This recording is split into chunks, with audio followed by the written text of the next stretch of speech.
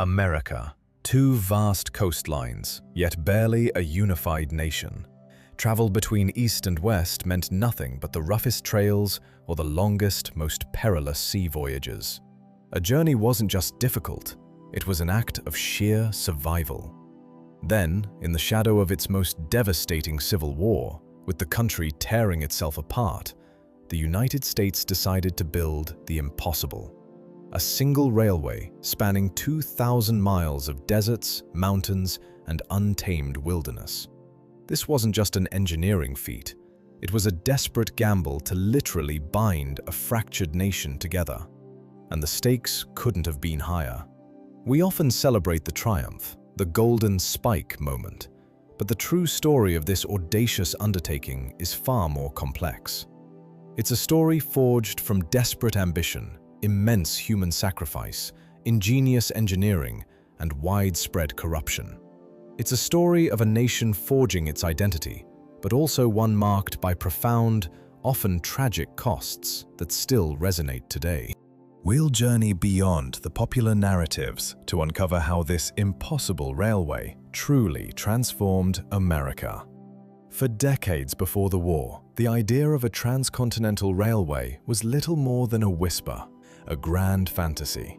California, after the gold rush, was booming, but it might as well have been an island. Gold, goods, people. Everything had to endure either a grueling 6-month overland wagon trek or a perilous sea voyage around Cape Horn. The isolation was palpable. The economic potential, immense, yet locked away.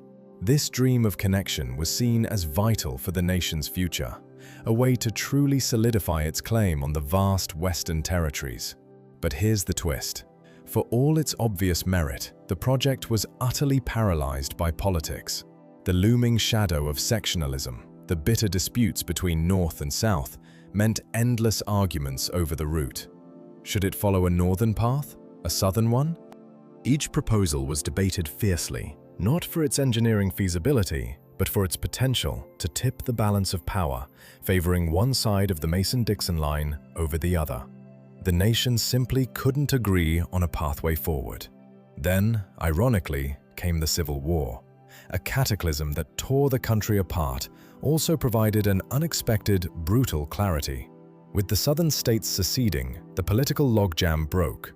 The path was suddenly clear for a northern route, unchallenged by southern interests. In 1862, and again with critical amendments in 1864, Congress passed the Pacific Railroad Acts. These weren't just laws, they were a bold declaration of national purpose.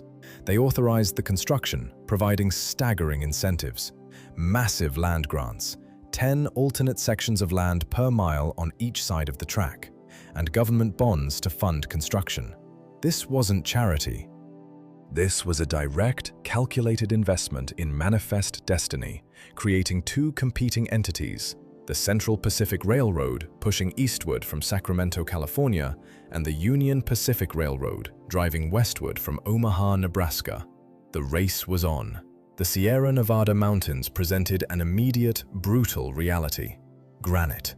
Sheer, unforgiving rock faces, hundreds of feet of snow. The Central Pacific, under the relentless drive of the Big Four, Stanford, Huntington, Hopkins, and Crocker, faced the challenge of carving a path through immense, defiant granite. They needed tunnels, dozens of them, blasted inch by agonizing inch through solid rock. Black powder was the first tool. Then came the far more volatile nitroglycerin. It was dangerous, unpredictable work. Many men lost their lives to premature explosions, rockfalls, or simply the brutal cold and exhaustion. And who were these men? Largely, they were Chinese immigrants. Initially seen as physically smaller and weaker by prejudiced foremen, these laborers quickly proved to be indispensable. They brought with them traditional knowledge of building techniques, incredible patience, and a remarkable discipline.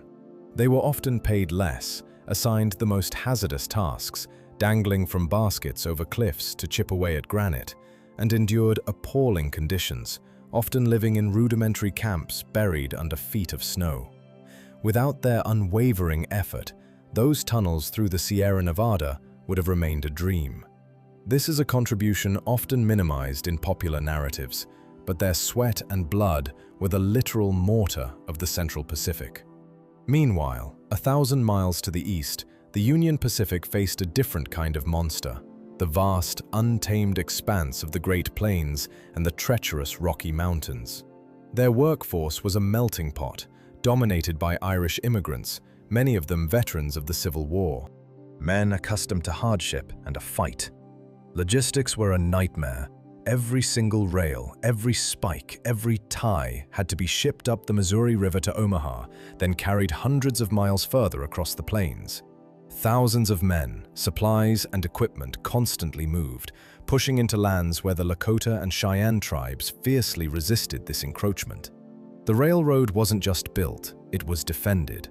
Armed guards were a common sight, and conflicts with indigenous peoples were tragically frequent, sometimes escalating into violent clashes. This was raw, difficult work. Surveyors, like Grenville Dodge, often found themselves mapping unknown territory, pushing the frontier of settlement, while the rail gangs followed, laying down an average of 1 to 2 miles of track a day, sometimes much more in their competitive frenzy. And let's not forget the bizarre ecosystem that sprang up around them. Hell on wheels. These were instant, mobile towns that followed the railhead. Saloons, gambling halls, brothels, general stores, all packed into tents and temporary shacks. They provided vital services, yes, but also a potent mix of lawlessness, drink, and violence. A man could make a fortune or lose his life in a single night. It was a transient, desperate existence, a stark reflection of the turbulent frontier the railroad was simultaneously conquering and creating. Yet the engineering ingenuity was remarkable. New bridge-building techniques, the telegraph line laid alongside the track, connecting the world instantly. Each day was a battle, against nature, against vast distances, and against the very limits of human endurance. The intensity of this construction was fueled by something very tangible: money. A lot of it. The government had structured the Pacific Railroad Acts in a way that directly incentivized speed. The more miles of track laid, the more land grants and government bonds the companies received. It wasn't about building the best railroad, but the fastest one. This race between the Union Pacific and Central Pacific became legendary. Each company vied to lay more track than the other in a single day, boasting of records like 10 miles in 12 hours. But let's be honest, this breathless race, while pushing the boundaries of what was physically possible, also opened the door to rampant corruption. When profit is tied directly to mileage, corners get cut. Quality suffered. The companies sometimes built deliberately circuitous routes to claim more land and subsidies. And then came the scandal that would shock the nation: Crédit Mobilier. The Crédit Mobilier scheme was so brazen, so intertwined with the highest levels of government, it felt almost ripped from a modern political thriller. Crédit Mobilier was essentially a construction company set up by Union Pacific stockholders, including its own directors, to build the railroad. They then awarded themselves outrageously inflated contracts, siphoning off millions of dollars in taxpayer money and government bonds. To prevent investigation, key politicians, including the vice president and prominent congressman, were secretly given shares in Crédit Mobilier at highly discounted rates, or even outright gifted them, essentially bribing them into silence. When the scandal finally broke in 1872, it exposed a deep rot within the American political system. It showed that even a project hailed as a symbol of national unity was deeply compromised by greed. The human cost, too, was immense, extending beyond the direct casualties of accidents and disease. The conditions were brutal, wages were low for many, and the promises of a better life for immigrant laborers often amounted to little more than hard labor and early graves. Thousands died constructing the railroad, their individual stories largely lost to history, overshadowed by the grand narrative of progress. Finally, the moment arrived. May 10, 1869, Promontory Summit, Utah Territory. The two lines, the Central Pacific and the Union Pacific, finally met. a ceremonial golden spike crafted from 17.6-carat gold was driven, or rather, gently tapped, a telegraph wire connected to it, transmitting each hammer blow across the nation. Church bells rang in San Francisco, cannon boomed in Washington, D.C. The news flashed around the world. America was finally connected. The immediate impact was transformative. A journey that once took months by wagon or ship could now be completed in roughly 1 week. The cost of travel and freight plummeted. People could move, goods could flow. This moment, coming just 4 years after the end of the Civil War, was a powerful symbol of national triumph, a tangible manifestation of a reunited America's potential. It was a physical and metaphorical binding of a continent, suggesting that the wounds of war might begin to heal under the banner of shared progress. But the story doesn't end there, and its true legacy is far more complex than simple triumph. The Transcontinental Railroad sparked an economic transformation. It created a truly national market for goods, transforming local economies into a continental system. Think of the cattle industry. Herds could now be driven to railheads in Kansas, then shipped alive or as processed meat to hungry markets in the East. New industries blossomed along its route: mining towns, timber operations, agricultural hubs.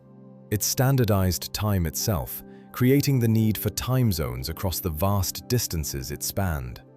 This railway was the foundational infrastructure that powered America's industrial ascent, setting the stage for its global economic dominance. It also drove an unprecedented demographic shift.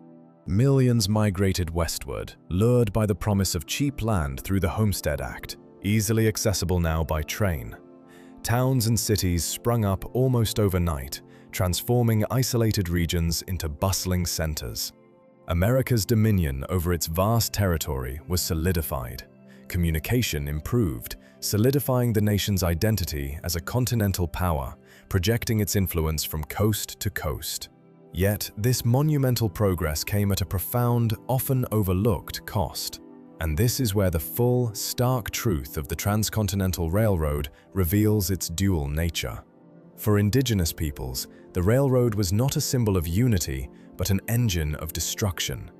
It was the spearhead of manifest destiny, directly facilitating the systematic dispossession of Native American tribes from their ancestral lands. The rails brought settlers, soldiers, and hunters in unprecedented numbers. The buffalo herds, the very lifeblood of many plains tribes, were decimated, often purposefully, to starve out resistance. Treaties were broken with alarming regularity. The increased conflict led to forced removals, the subjugation of sovereign nations, and the deliberate destruction of traditional ways of life. The sound of the iron horse, for them, was the sound of an encroaching end. It wasn't progress, it was invasion. The railroad, while binding a nation, simultaneously tore apart countless others. So, when we look back at the first transcontinental railroad, we see a monument to human ambition, to remarkable engineering prowess, and to the formative power of infrastructure. But to truly understand it, to honor its full story, we must also see it as a stark reminder that progress is rarely without profound moral and ethical implications. It connected a nation, yes, but at the cost of lives, integrity, and the very existence of others. It laid the tracks for America's industrial might, but also for injustices that resonate to this very day. It compels us to ask, what grand projects, past or present, carry similar dual legacies of triumph and profound human cost? What are the unseen tracks laid by our own ambition? Perhaps you have another historical endeavor in mind that embodies this complex truth. Share your thoughts in the comments below. We'd love